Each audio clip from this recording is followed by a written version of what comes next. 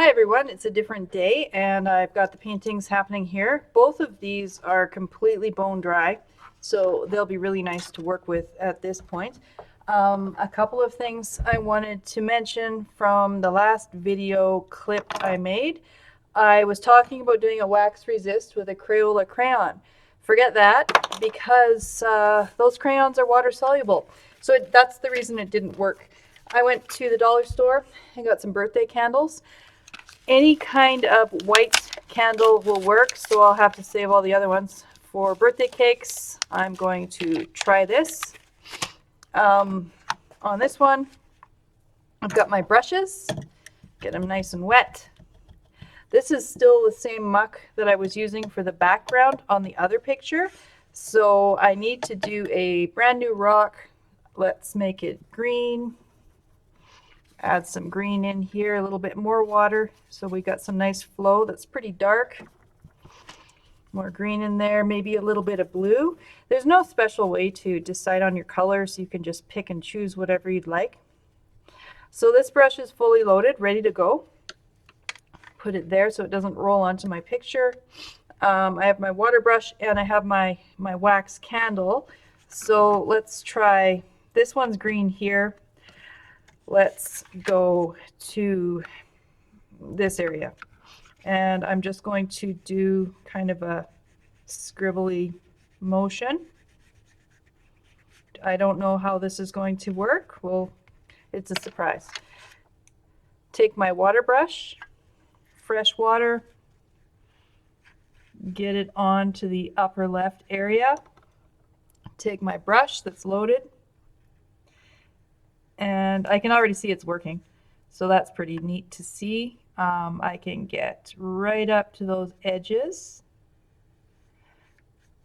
and now pull my paint around into this area, and I do have a fair bit of wax on there, but that's definitely a wax resist. I've got my nice pure white happening through the rock. I could add salt if I wanted to, but I think I'll just leave this rock like this. Maybe a little bit of color. How about some of this mucky yellow? Change it up. Not really doing anything to it at all. Let's go to the brighter yellow. You don't have to. If you were happy with the green color that you started with, that's fine, but this is kind of mossy. Like if it's just different. So that is the wax advice that I received when I phoned my friend last night and said, what's up with these crayons? They're water soluble so that they don't poison the children. Let's try another one. I pressed pretty hard here, so I will just do a couple of lines like that on this one. Rinse a bit of that green out. Let's go with more of a red. Get it in here. And it's sort of a brown color I've got happening. Let's try it. Again with the water in the upper corner. Upper left, I mean. There are no corners. And get our paint on.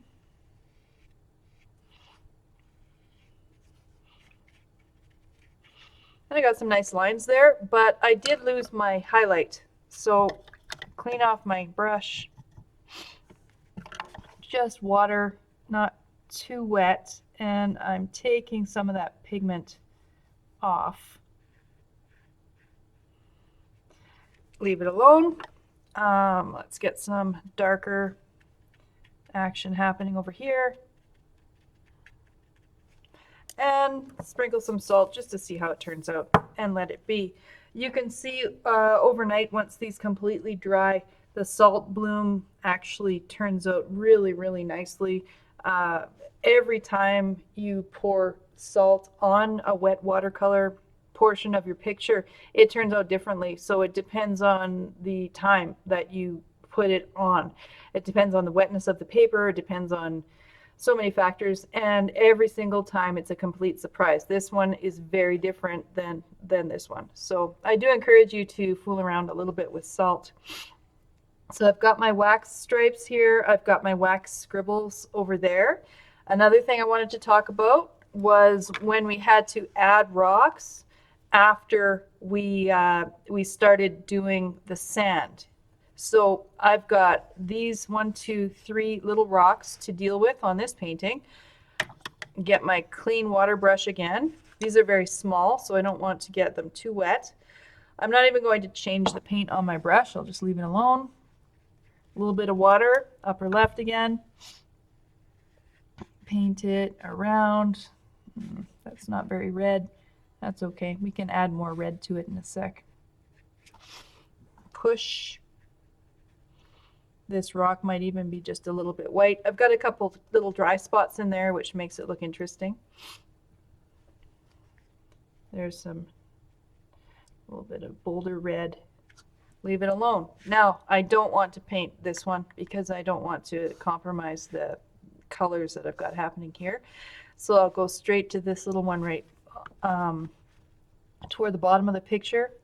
And I'm not putting water on first this time because it's really, really small. So I'll put my paint on, take my clean brush and just touch it in so it flows together a little bit. And that's just a tiny pebble, so we'll leave it alone. That's pretty much everything you need to do. I have to paint that rock and this picture is complete. Let me know what you think. Send me your questions, concerns, etc. I'll leave these videos up on YouTube so you can go back and refer to them, use them in your classroom if you want to. Let me know what you think about them and what I can do to improve. Enjoy the rest of your day. Thanks.